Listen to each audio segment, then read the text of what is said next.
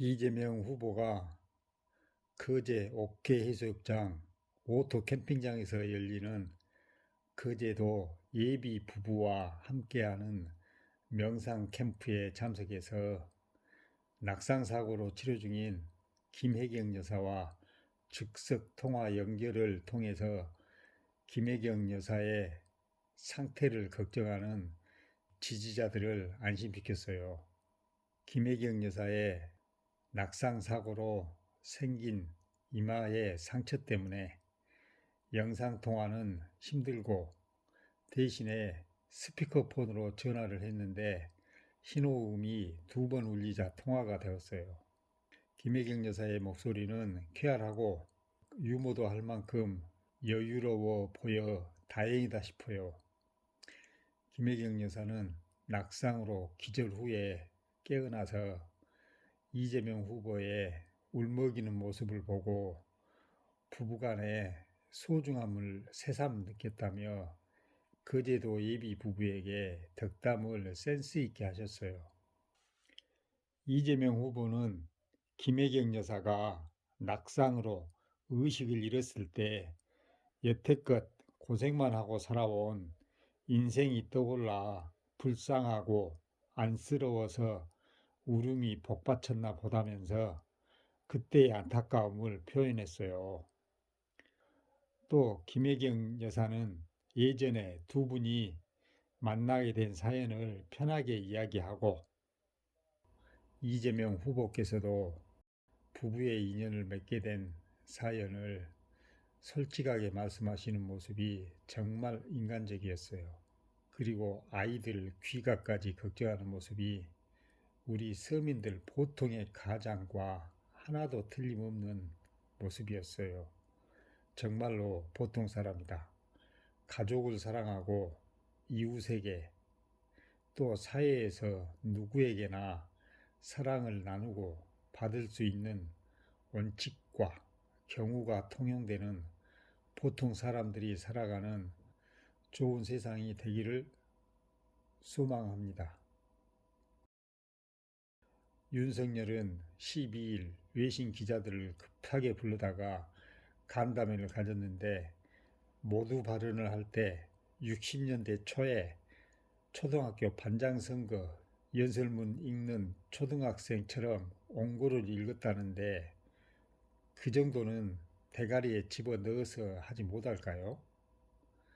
노무현 대통령님, 문재인 대통령님은 기자회견할 때 옹고 없이 즉문즉답으로 매끄럽게 잘만 하시던데 윤 차장은 순발력도 없고 지식도 없고 거기다 인간성도 별로예요. 할 줄 아는 것은 검사 시절에 배운 피의자 압박하고 협박하고 뒤캐는 기술만 있었는데 인자 검사도 그만두고 어디다 쓸까? 우리 농장에서 고추 따고 콩 털면 일당이 제법 후한데 고추 따고 콩 터는 일을 잘 할 수나 있을까?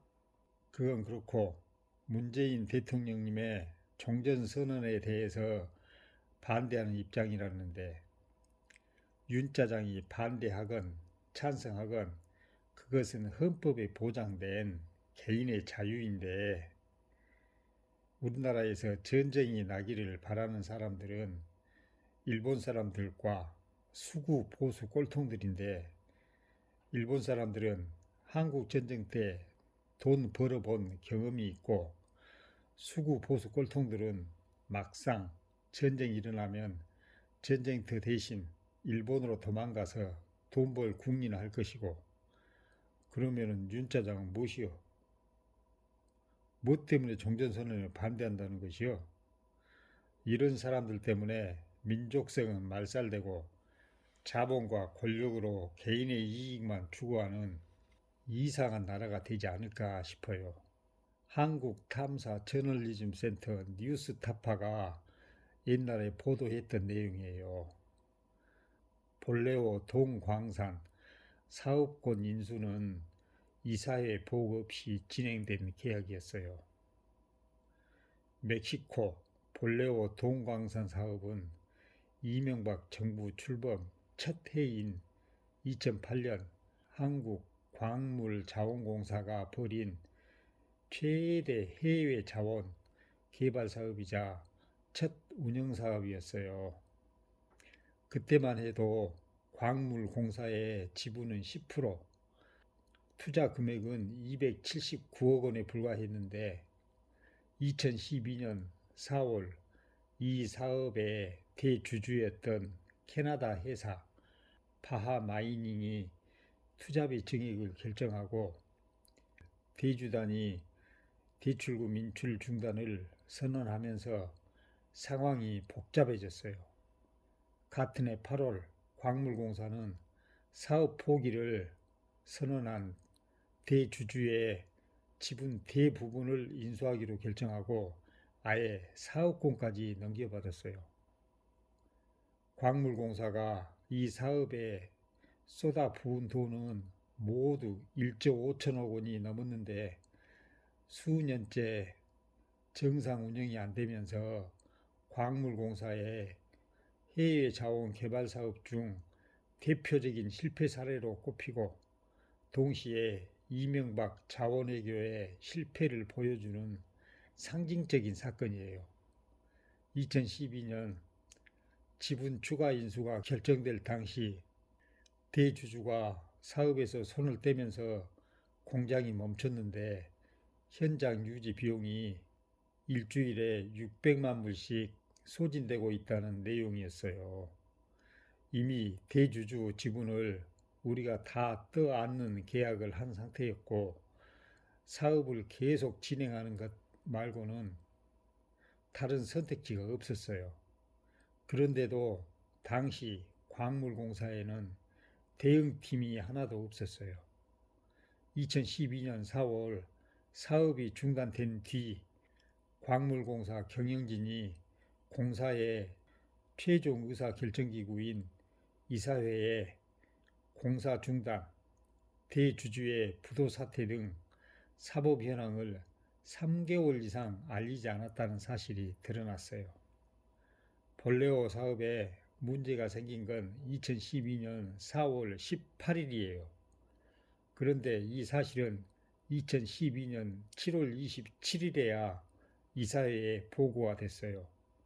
또 이사회에 사전 보고를 하지 않은 상태에서 광물공사 경영진이 대주주 측과 5억 달러 이상이 소요되는 추가 지분 인수 계약을 체결했다는 사실도 확인됐어요. 이사회 보고도 없이 진행된 이 계약은 광물공사가 볼레오 사업을 모두 떠안게 되는 시작점이었어요. 하지만 어찌된 일인지 이런 사실은 2014년 감사원 감사 결과는 물론 2015년에 진행된 검찰 수사 결과에서도 크게 문제되지 않았어요. 대주주였던 바하마이닝이 사실상 사업 포기를 통보해온 것은 2012년 4월 8일인데 이후 초기 현황이나 중간 진행 상황이 이사회에 보고된 사실이 없어요. 사업에 문제가 발생하면 사전 보고하도록 한 공사 규정이 지켜지지 않은 겁니다. 늑장 보고, 허위 보고에 대한 책임은 경영진, 다시 말해서 사장과 담당 본부장들에게 있어요. 혈세 1조 5천억 원이 허비된 하지만 실패 책임을 누구에게 물어야 하는지 지금까지 알 수 없는 멕시코 볼레오 사업. 반드시 책임자를 찾아 그에 맞는 책임을 물어야 합니다. 동네 개 모임에서도 돈 돌랐으면은 개돈 물어내고 난리가 나버려요. 개가 깨지고. 그런데 하물며 나라에서 지그 돈도 아니고 국민 세금을 걷어가지고 좋은 일에 쓰라고 놔두니까 도둑질해서 숨겨놓은 짓거리는 하고 있고 그거 이 사람이다요. 개만 또 못하지. 개는 멍멍 집이라도 지켜. 그런 것들에게 정치를 한다고 했으니 나라 꼴이 그 모양이었지. 그나마 지금처럼 정상화된 것도 다 깨어 있는 국민들 때문이에요.